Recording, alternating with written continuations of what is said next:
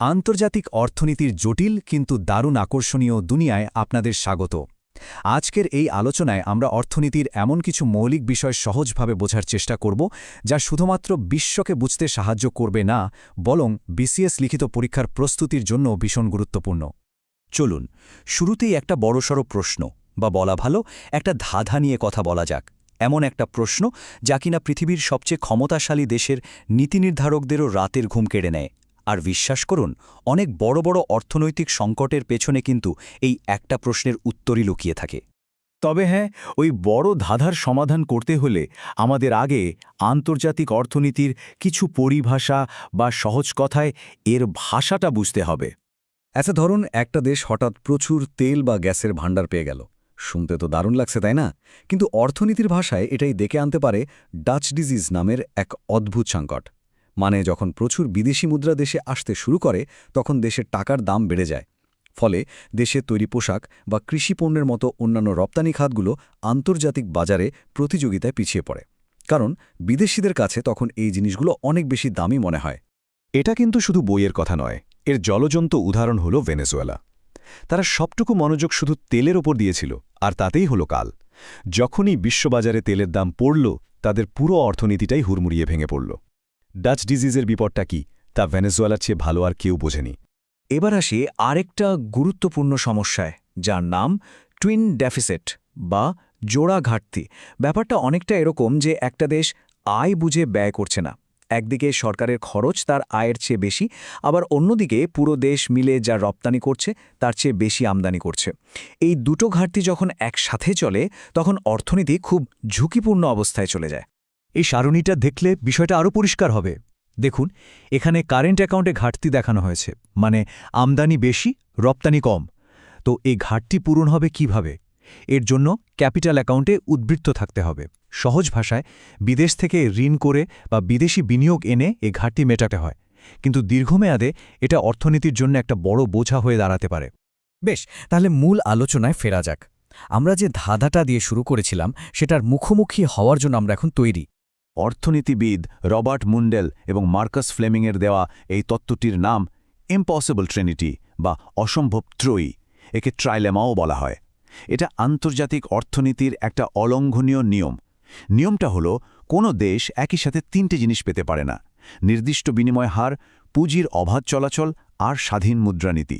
এই ত্রিভুজটা দেখলেই ব্যাপারটা একদম জলের মতো পরিষ্কার হয়ে যাবে। এর তিন কোণায় তিনটি লক্ষ্য আছে।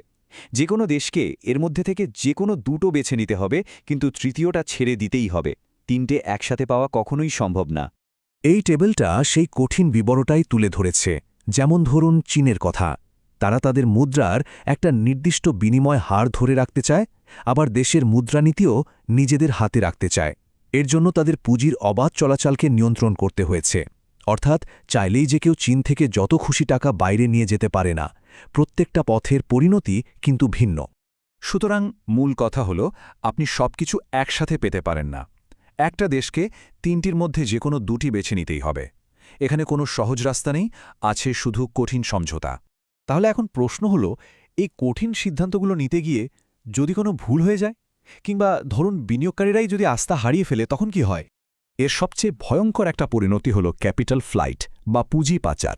ব্যাপারটাকে বলা যেতে পারে একটা দেশের ওপর দিয়ে বয়ে যাওয়া ব্যাংক রানের মতো।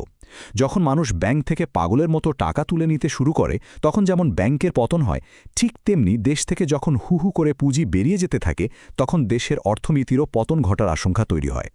পুঁজি একটা দেশ থেকে পালায় মূলত দুটো কারণে। এক, রাজনৈতিক ভয়, যেমন দেশে অস্থিতিশীলতা বা যুদ্ধ লাগার আশঙ্কা।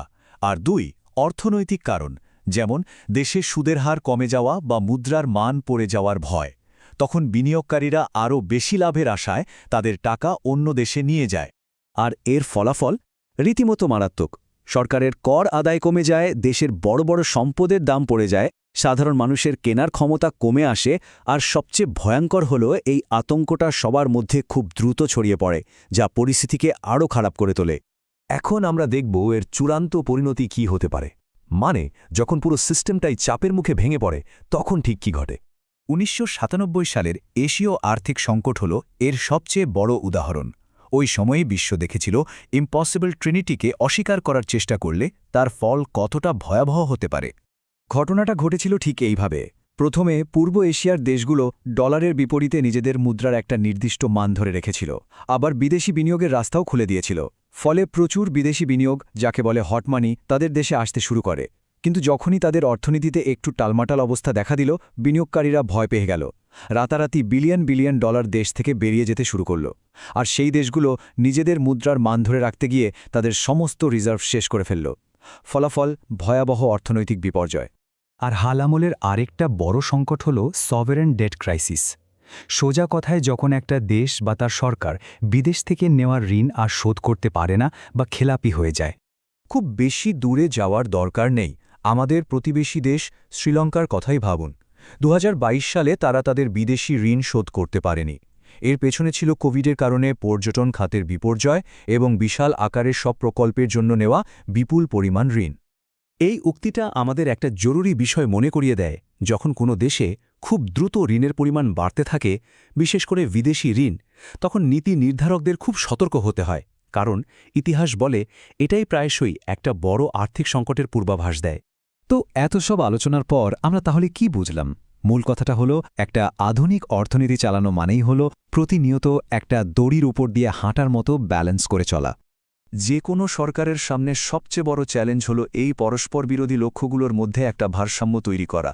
একদিকে যেমন মুদ্রাস্ফীতি নিয়ন্ত্রণ করতে হবে, তেমনি বিনিয়োগও বাড়াতে হবে।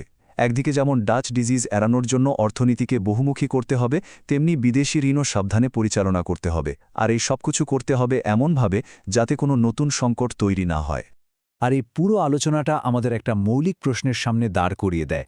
আজকের এই বিশ্বায়নের যুগে, যেখানে এক দেশের টাকা আরেক দেশে যেতে 1 সেকেন্ডও সময় লাগে না, সেখানে কি কোনো দেশের পক্ষে সত্যিকারের অর্থনৈতিক স্বাধীনতা অর্জন করা আদৌ সম্ভব?